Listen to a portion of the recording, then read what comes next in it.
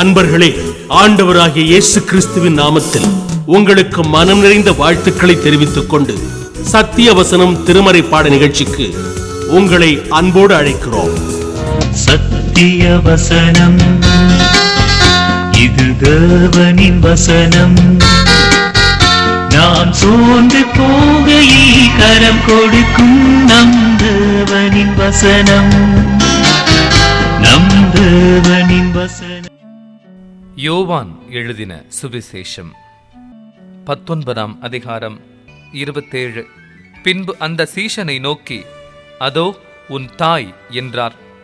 அந்நேரம் முதல் அந்த சீஷன் அவளை தன்னிடமாய் ஏற்றுக்கொண்டான். இயேசு கிறிஸ்துவின் இனிய நாமத்தில் சத்தியவசனம் நேயர்களுக்கு என் அன்பின் வாழ்த்துக்கள். இந்த லெந்து காலத்திலே சிலுவையை சுற்றி நின்றவர்களையும் சிலுவையில் இயேசு அறையப்படுவதற்கு காரணமானவர்களையும் குறித்து தியானித்து கொண்டிருக்கிறோம். இன்றைக்கும் அவருடைய சிலுவை அண்டையில் நின்ற ஒரே ஒரு அப்போஸ்தலன் யோவான் தான். அவனை குறித்து நாம் தியானிக்க இருக்கிறோம். அவன் செபதேயுவின் குமாரன், யாக்கோபு அவனுடைய சகோதரன், சலோமே அவனுடைய தாயார். அவனுடைய தொழில் மீன்பிடித்தல். யோவான் ஸ்நானகனுடைய சீஷனாய் இருந்தான். ஒரு நாளில் வலைகளை பழுது பார்த்து கொண்டிருக்கும் பொழுது இயேசு அவனை கண்டு, என் பின்னே வா என்றார். அவன் படவையும் தகப்பனையும் விட்டு இயேசுவின் பின்னால் கேள்வி எதுவும் கேட்காமல் அவன் அவரை பின்தொடர்ந்து அவருடைய சீடனானான். இயேசுவினிடத்திலே அதிக அன்பு உடையவன். இயேசுவும் இவனிடத்தில் அதிக அன்பு வைத்திருந்தார். இவனுக்கும் இவன் சகோதரன் யாக்கோபுக்கும் ஆண்டவர் இடிமுழக்கத்தின் மக்கள் என்று அர்த்தம் கொள்ளும் பொவனர் கேஸ் என்றார். ஏனென்றால் அவர்கள் வைராக்கியமும் ஆத்திரமும் உடையவர்கள். ஒரு முறை ஒரு கிராமத்தார் இவர்களை ஏற்றுக்கொள்ளாத பொழுது அவர்கள் ஆண்டவரை நோக்கி, ஆண்டவரே, எலியா வானத்திலிருந்து அக்கினியை இறக்கினது போல் இந்த ஜனங்களை நாம் அக்கினியை இறக்கி அழிப்போமா என்றான். ஆண்டவர் அவர்களை அதட்டி, இன்ன ஆவி உடையவர்கள் என்று நீங்கள் அறியீர்கள் என்று சொல்லி அவர்களுக்கு தாம் வந்த நோக்கத்தை அறிவுறுத்தினார். மனுஷகுமாரன் அழிப்பதற்கல்ல, ரட்சிப்பதற்கே வந்திருக்கிறார் என்று அவர்களுடைய நோக்கத்தை மாற்றினார். அதன் பின்னதாக அவர்கள் உள்ளத்திலும் அன்பு நிறைய ஆரம்பித்தது. இவனை அன்பின் சீடன் என்றும் சொல்லுவார்கள்.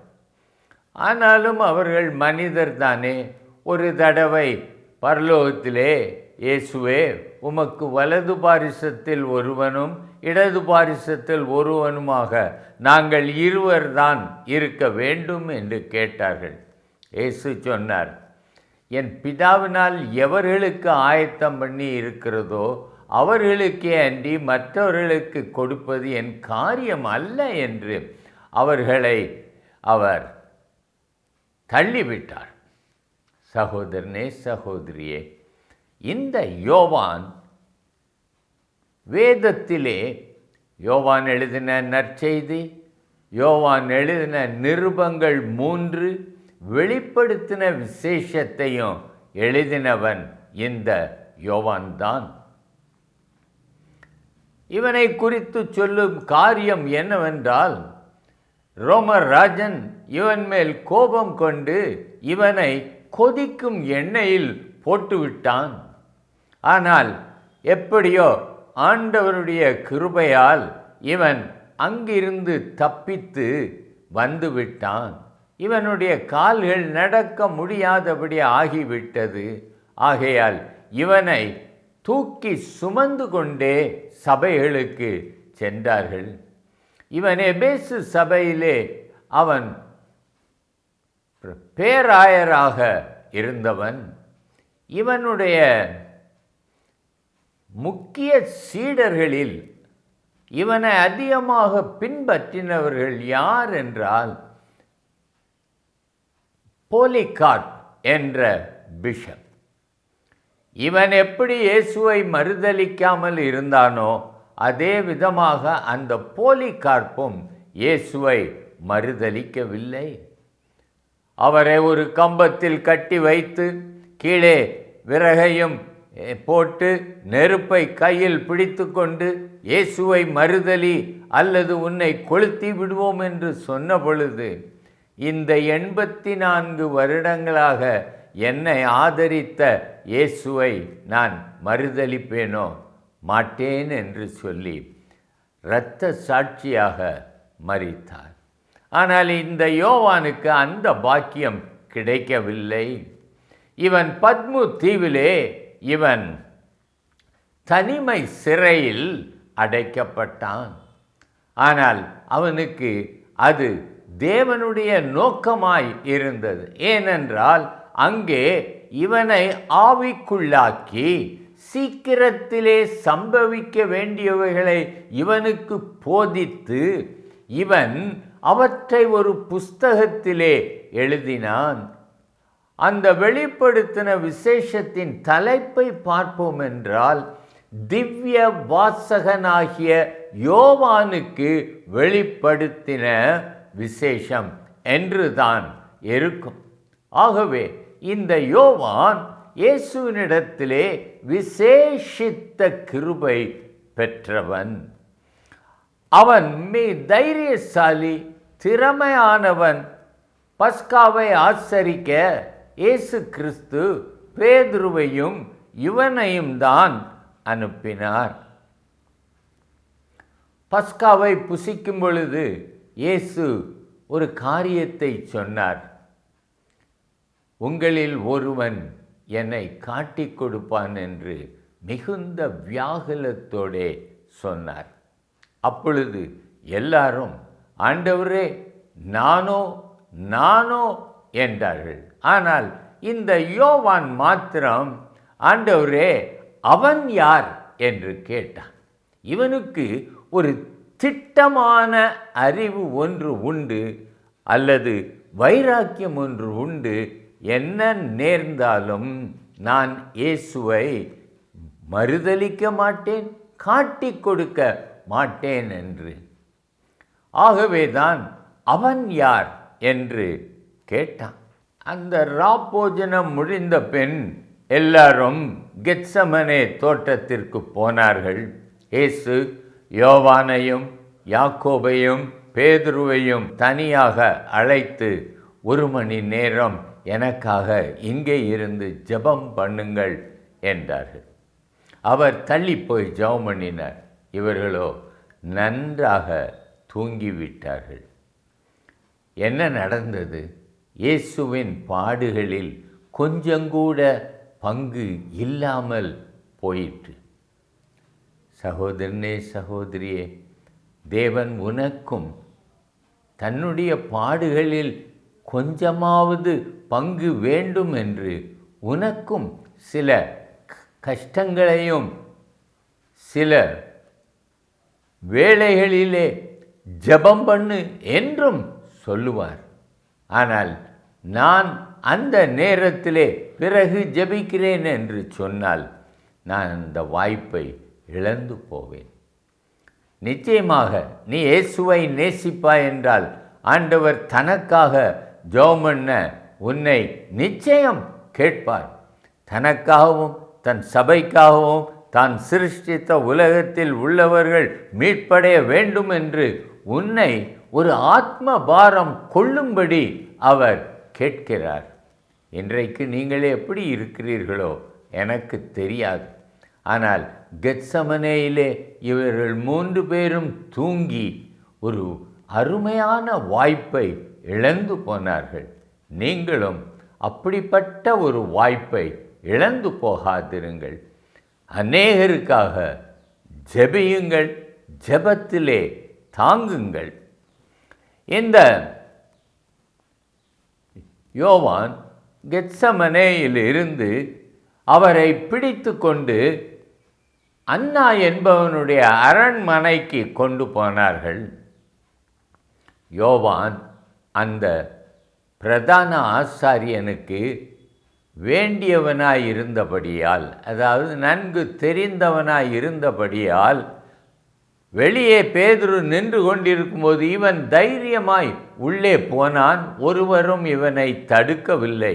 நேரே உள்ளே போய் ஏதோ பேசிவிட்டு வெளியே வந்து வாசல் காப்பவர்களிடத்திலே பேசி பேதுருவை உள்ளே அழைத்து கொண்டு போனான். தான் கூட்டி வந்த ஒருவரை விட்டுவிட்டு தன்னை விசேஷித்தவனாக காண்பிக்க அவனுக்கு மனதில்லை. பேதுருவையும் தன்னோடு உள்ளே அழைத்து கொண்டு போனான். ஆனால் பேதுருவோ அங்கே இயேசுவை மறுதலித்தான். அந்த வேதனை தாங்க முடியாமல் பேதுரு வெளியே வந்து மனம் கசந்து அழுது ஓடியே போய்விட்டான். சீஷர்கள் இடத்திற்கு போய் சேர்ந்து விட்டான். எவ்வளவாய் வேதனைப்பட்டானோ அது அவனுக்குத்தான் தெரியும். ஆனால் யோவான் மட்டும் இயேசுவோடு கூட இருந்து அவன் கல்வாரி சிலுவை அண்டையிலும் அவன் நின்றான். வாழ்ந்திருக்கும்போது எல்லாரும் இயேசுவினிடத்திலே நெருக்கமாக வந்தார்கள். அவரிடத்திலே பேசி எல்லாம் செய்தார்கள். ஆனால் இயேசு பாடுபடும் பொழுது மற்ற சீடர்கள் எங்கே போனார்களோ தெரியாது. ஆனால் இந்த யோவான் மட்டும் இயேசுவோடு கூடவே இருந்தான். எருசலேமுக்கு பவனியாக வரும்பொழுது ராஜா என்று ஜனங்கள் வாழ்த்தின பொழுது அங்கே சீடர்கள்லாம் இயேசுவுக்கு நெருக்கமானவர்கள் என்று காட்டிக்கொண்டு வந்தார்கள். ஆனால் அவருக்கு ஒரு அவமான நிலைமை ஏற்படும் போதோ ஒருவரையும் காணோம். அதைத்தான் சொல்லுவார்கள், நீ சிரித்தால் உலகம் உன்னோடு சிரிக்கும், ஆனால் நீ அழும்பொழுது தனியாகவே அழுவாய். ஆனால் இந்த யோவான் அதற்கு ஒரு விதிவிலக்காக அவரை விடவில்லை. ஆனால் அந்த வைராக்கியமாய் தொடர்ந்ததற்கான ஒரு விசேஷித்த பலனையும் அவன் பெற்றுக்கொண்டான். அது என்ன? ஆண்டவர் சிலுவையிலிருந்து யோவானை பார்த்து பேசினார். அவனுக்கு ஒரு பொறுப்பை கொடுத்தார். தன் குடும்பத்தின் கடமையை நிறைவேற்ற வேண்டியது இயேசுவுக்கு இருந்தது. அதை நிறைவேற்றக்கூடியவன் தனக்கு பதிலாக தன் தாயை கவனிக்க கூடியவன் இந்த யோவான் தான்.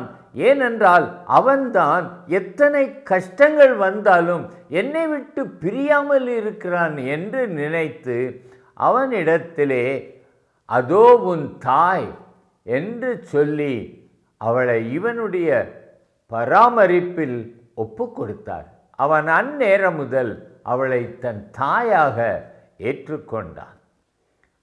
பொறுப்புகளை ஏற்றுக்கொள்ளுகிற ஒரு தன்மை உள்ளவனாக இந்த யோவான் காணப்பட்டான். இன்றைக்கு நீங்கள் எப்படி கிறிஸ்துவுக்காக பொறுப்புகளை ஏற்க தயங்குகிறீர்களா? ஆண்டவர் உங்களோடு இருப்பார். இன்னும் பாருங்கள், அவர் யோவானுக்கு இன்னும் ஒரு விசேஷித்த காரியத்தை வைத்திருந்தார்.